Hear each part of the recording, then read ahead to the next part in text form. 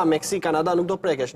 Por do zbriste më poshtë Gjermania, mund kalonte në vazon bëm. Kur them ko grupi e kam parasysh në fund të gjithë ndeshjeve që do të mbajnë, pra ato ekipe që do kalojnë në vend të parë, për këtë e kisha si koha grupi, nuk e kisha si në short. Esmeralda, që duhet sqaruar, që po e diskutonim edhe me Enrikon edhe më dha më tepër informacion nga Sadia.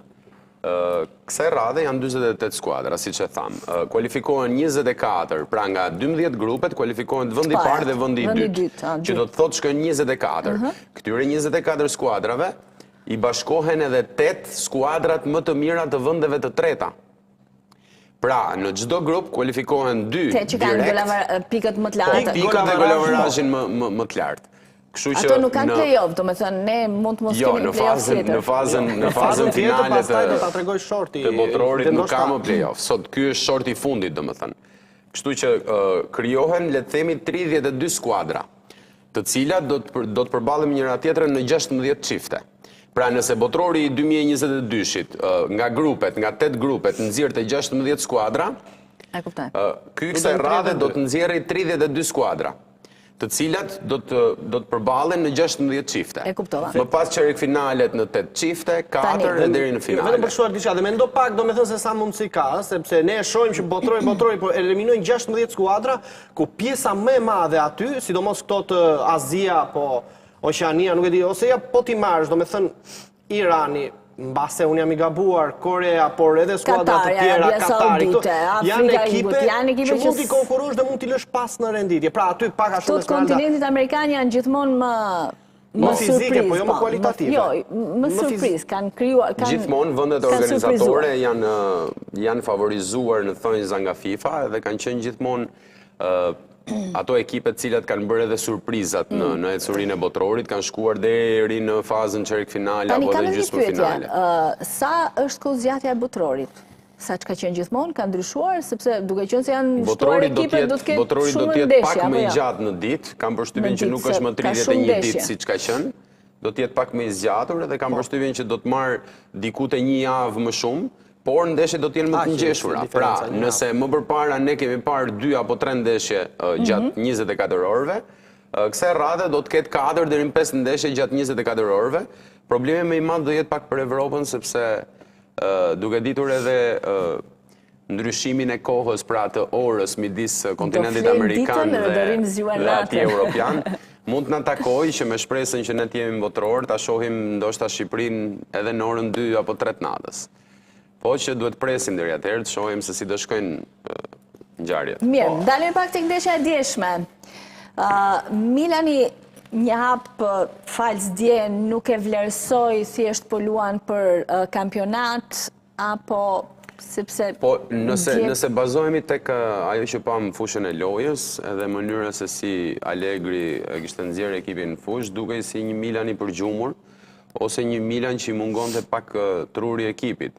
Kur shet tilla ndeshje kupton edhe rëndësinë e lojtarëve që ti i ke në skuadër. Një ndër to është Luka Modric, që është, le të themi, është turp për futbollin italian, që të pretendojnë që të vijë një 40 vjeçar që absolutisht ka vlerat më të mëdha të këtij kampionati, si një top i arte, po ashtu fituesi shumë trofeve, po që të vijë dhe të japi leksion futbolli atje.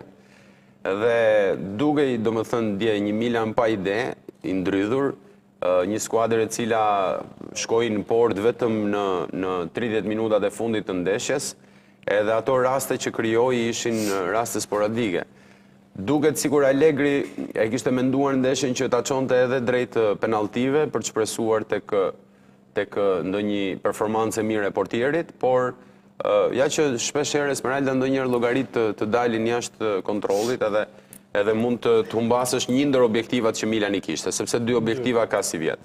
Po të ndalemi pak, çfarë bëri vjet Napoli për t'ju vënë kampionatit, bëri po të njëjtën gjë, u eliminuan në ndeshjen e parë të kupës, nuk e vazhdoi më për t'i dhënë ekipit edhe mundësi edhe ta përgatisin ndeshjen e ardhshme me një kohë më të gjatë, por edhe duke mos pasur, le të themi, mendjen në një tjetër trofe.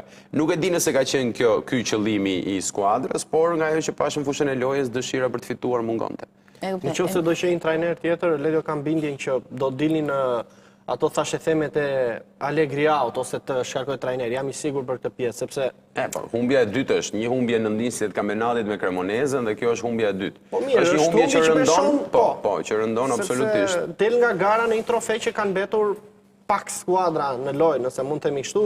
Kjo ishte një tetat, kanë betur vetëm ekipet e çerek finaleve në muajin shkurt të 2026-s do të nisë faza e ardhshme. Unë mendoj që realisht Milani tani është edhe më i motivuar për të bërë mirë në kampionat dhe shpëtimi do ta quaja kështu i trajnerit ose le të themi ajo qetësia që momentale që ai ka është vetëm sepse në kampionat është mjaft mirë dhe po i rivalizon skuadrat.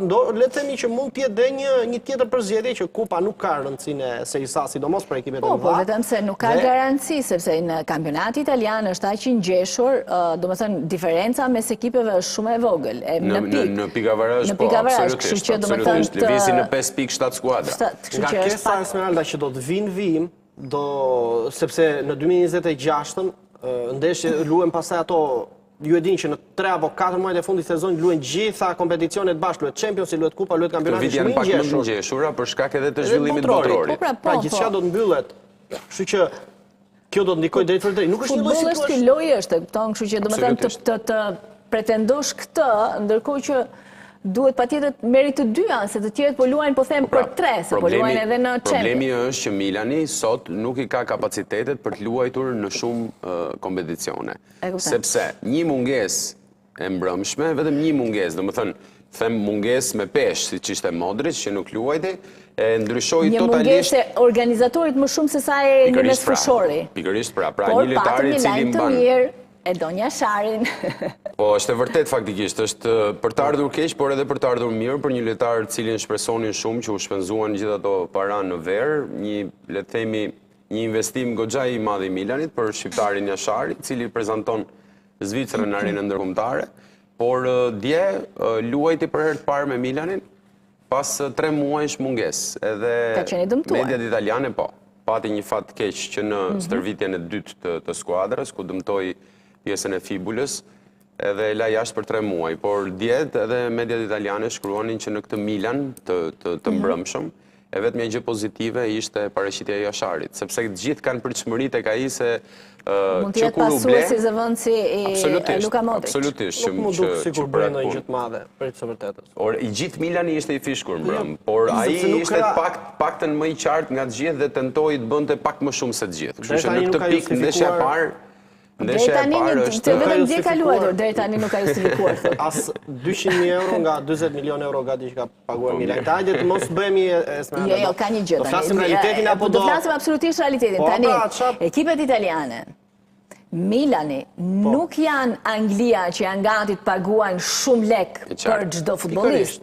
Pra, do është përgjigjen. Fakti që kanë paguar 40, do të thotë që ai djalë ka vlerat veçanta dhe i shëndet. Për atë djalë u sakrifikua Xhaka. Pra, Milani kishte, le të themi, Tare kishte një akord verbal me Xhakën që duhet vinte te Milani dhe me sa duket, nuk e di, nuk kam informacione, me sa duket gjithçka u hodh, domethënë u shpenzua apo u investua për Jasharin, duke parë që është edhe ardhmja, sepse ka vetëm 22 vite në kurriz, kështu që e ka gjithë karrierën përpara.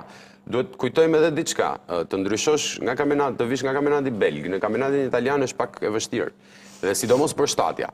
Ti sapo vjen, dëmtohesh, 3 muaj jashtë, rikthesh fushën e lojës në ndeshjen e parë dhe performon pozitivisht mes të gjithë skuadrës që performojnë negativisht. Po në duhet të performoj keq edhe skuadra që të biesh në sy, se kur janë gjithë të mirë, kështu që tani se po i them me këmbën e mbar. Ktu duhet vlerësuar për këtë pjesë, po që ka bërë ndonjë gjë, askush nuk mund ta thotë. Duke qenë se Vlahovic është dëmtuar dhe me gjas do duhet të ri gjatë jashtë fushës. 3 deri në 4 muaj. 3 deri në 4 muaj.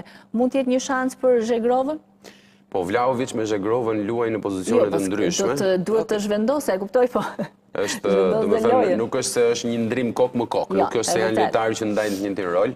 Zhegrova luftën brenda skuadrës e ka me Koncesaun, i cili për hir të vërtetës po performon jashtëzakonisht mirë, edhe domethënë në këtë pikë nuk ke as çfarë i kërkon më tepër Spalletit, sepse ai është një lojtar i cili po bën jashtëzakonisht mirë te Juventusi. Absolutisht edhe Zhegrova po bën mirë në ato minuta që po merr.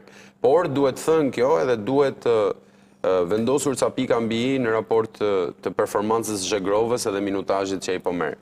Unë mendoj, dhe janë disa lojtarë Esmeralda, të cilët nuk kanë kondicion fizik të përshtatshëm për të përballuar 90 minuta. Unë mendoj që Zhegrova nëse do luaj nga minuta e parë nuk do të jetë më ai i rrezikshëm që është kur luan 10 minutat e fundit.